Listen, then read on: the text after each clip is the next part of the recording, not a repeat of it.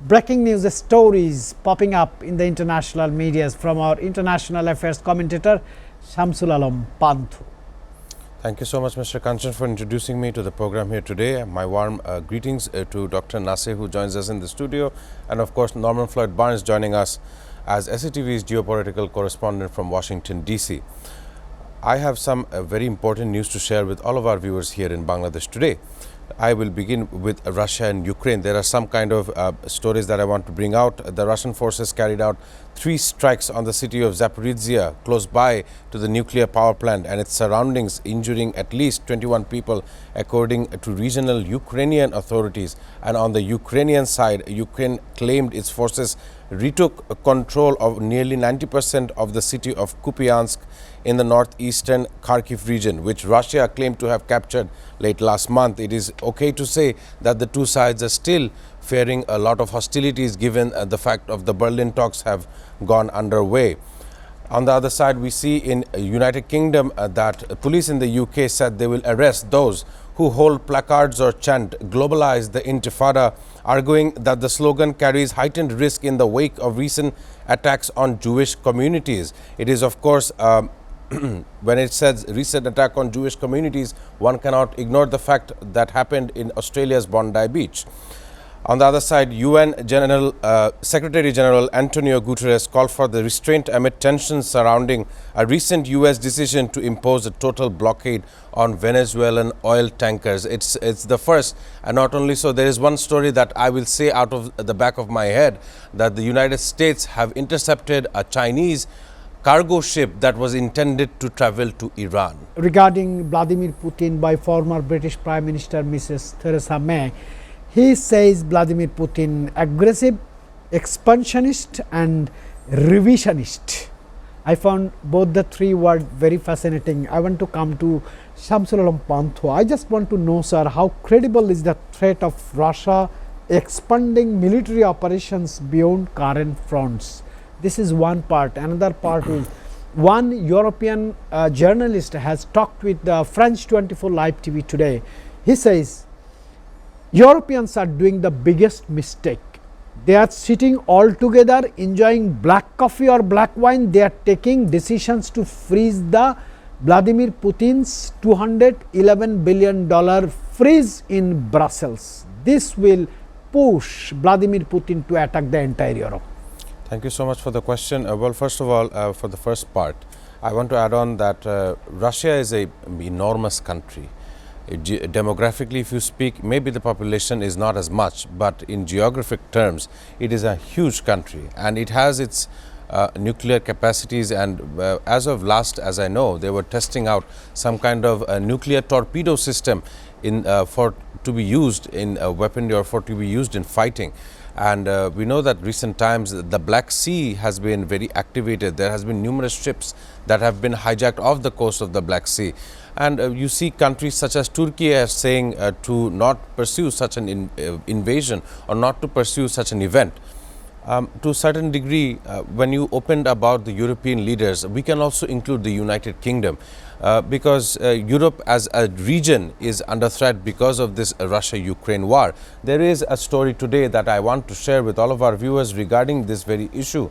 UK Prime Minister Keir Starmer said former Chelsea football club owner Roman Abramovich should release £2.5 billion from the sale of the team to help support Ukraine or face legal action. Speaking in the House of Commons, Starmer was responding to questions from MPs on what UK is doing to support Ukraine as the war with Russia enters its 4th winter. So once again, I would want to mention that it does have real life implications in various fields. Today, we are seeing the Prime Minister of the United Kingdom to gather fund from whatever means necessary, such as asking former football club owner Roman Abramovich for such an amount. So there is tensions in that region, and I really do believe that Europe really does not have any more friends. Sir, you know, there is only one country which is called a proxy country of Vladimir Putin. His name is Belarus. During the personal problem or military problem or rebel problem inside the Russia, Belarus took the initiative to go for a negotiation, and Vladimir Putin listened Yashchenko regarding his problem. I just want to know what role can the smaller nations like Belarus play in mediating or going for a ceasefire or making agree Vladimir Putin for a ceasefire, because Vladimir Putin listens only one person, that is the president of Belarus. This is what is popularly known in the world.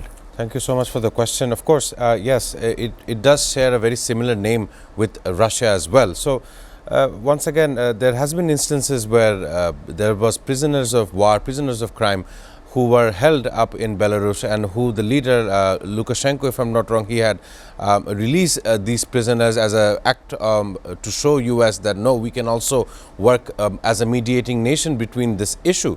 And of course, Vladimir Putin does understand the importance of a nation like Belarus just on its border. It is also sharing, Belarus itself is sharing borders with other European nations. But I find a similar, a harsh similarity in the past and the present today.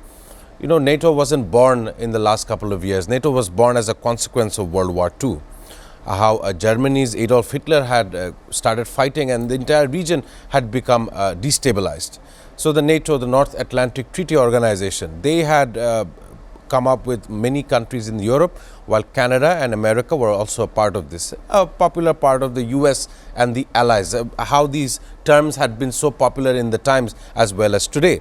But the support from Americans administration, the US administration led by Donald Trump in his 47th presidency, seems to be faring away from the support of Europe while trying to support a giant like Russia. So that creates a new dimension.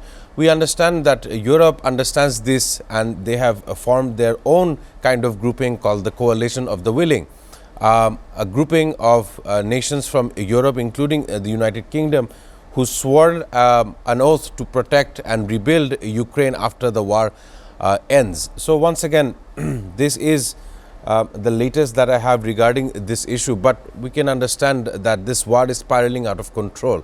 No kind of soft power projection, no kind of dialogue is being used as much as other war fronts around the globe. And if you look at the entire globe as of today, war is very imminent, very, very imminent. I must stress the fact that I have not seen such escalatory events in the last decade that I have seen in this 1 year. How do you see this reshaping diplomacy? Some commentators are telling it's a gas diplomacy, it's a money diplomacy, it's a diplomacy to make Israel safe from Egypt. Thank you so much, Mr. Kanchan, for bringing the topic regarding Israel and Palestine as a whole. I would rather comment on that territory as Palestine and not give any regard to it being called Israel. There are some certain news that I want to bring out today.